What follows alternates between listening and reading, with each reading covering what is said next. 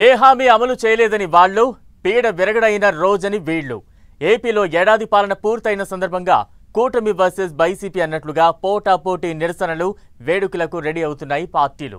నువ్వా నేనా అన్నట్లుగా వైసీపీ నిరసనలకు కౌంటర్గా సంబరాలు చేసి చూపిస్తామంటోంది జనసేన.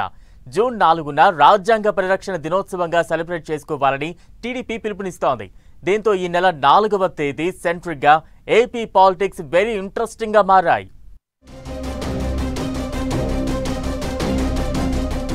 సుపరిపాలన వచ్చి పీడ విరిగిడై ఏడాది అంటున్న జనసేన. వెన్నుపోటు దినోత్సవం అంటూ వైసీపీ నిరసనలు. ఏడాది పాలనపై ఏపీలో ఇంట్రెస్టింగ్ పాలిటిక్స్. వైసీపీ నిరసనలకు కౌంటర్గా Janasena celebrations. June 4 AP politics లో వెరీ స్పెషల్ డే. సరిగ్గా ఏడాది కింద వైసీపీ ప్రభుత్వం గద్దె దిగి కూటమి ప్రభుత్వం గ్రాండ్ విక్టరీ కొట్టి అధికారంలోకి వచ్చిన రోజు.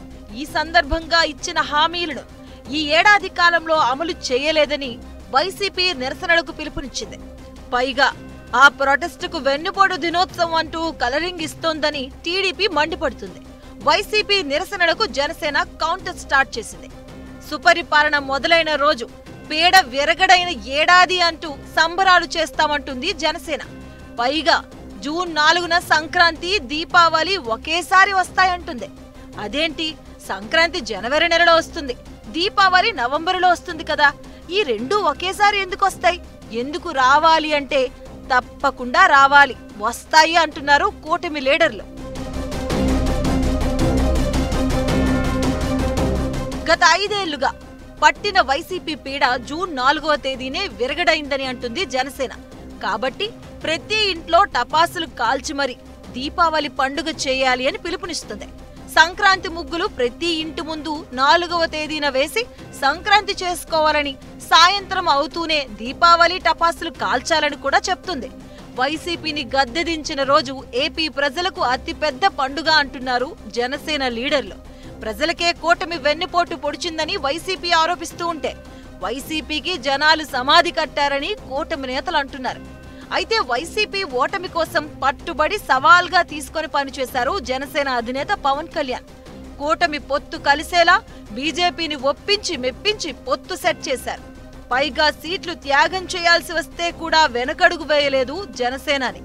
ఓ మెట్టు దిగి వైసీపీని ఓడించడంలో కీలక పాత్ర పోషించిన ఆయన ఇప్పుడు మళ్లీ ఆ పార్టీ చేస్తున్న నిరసనలకు కౌంటర్గా సెలబ్రేషన్స్ కు పిలుపునివ్వడం హాట్ టాపిక్ గా మారింది.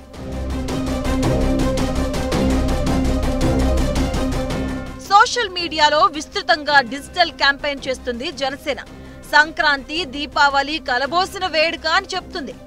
ఏపీలో అరాచక పాలన సాగించిన వైసీపీ మోకలను రాష్ట్ర ప్రజలు తరిమేసి ఏడాది పూర్తయిందని, ఈ శుభ సందర్భాన్ని పురస్కరించుకుని పండగ చేసుకుందామని పిలుపునిచ్చారు జనసేన అధ్యక్షులు పవన్ కళ్యాణ్. ఇప్పటికే పార్టీ నాయకులు, వీర మహిళలు, శ్రేణులకు జనసేన హెడ్ ఆఫీస్ నుంచి సమాచారం వెళ్లింది అంటున్నారు. వైసీపీ గద్దె దిగిన రోజున చేసుకుంటున్న వేడుకల గురించి సోషల్ మీడియాలో పోస్టులు చేయాలని, విస్తృతంగా క్యాంపెయిన్ చేయాలి అని కూడా కేడర్ కు దిశానిర్దేశం చేసింది జనసేన అధినాయకత్వం. సుపరిపాలన మొదలై ఏడాది అనే పేరుతో 4వ తేదీన ఉదయం వాకిళ్లను రంగువల్లెలతో అలంకరించాలని, మహిళలకు ముగ్గుల పోటీలు నిర్వహించాలని పిలుపునిచ్చింది.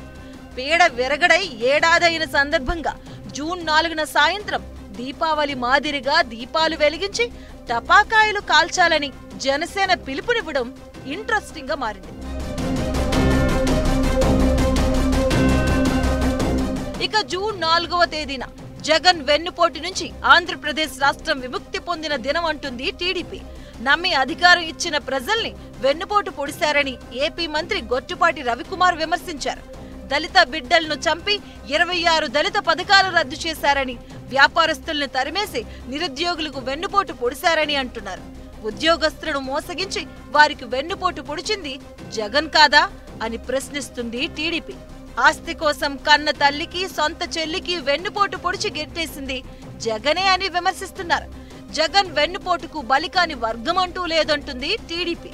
జూన్ 4న జగన్ నుంచి ఆంధ్రప్రదేశ్ స్వేచ్ఛ పొందిన రోజని, ప్రజాస్వామ్యబద్ధంగా ప్రజలిచ్చినటువంటి తీర్పుతో రాక్షస పాలన నుంచి రాష్ట్రం విముక్తి పొందింది అంటున్నారు గొట్టిపాటి రవికుమార్.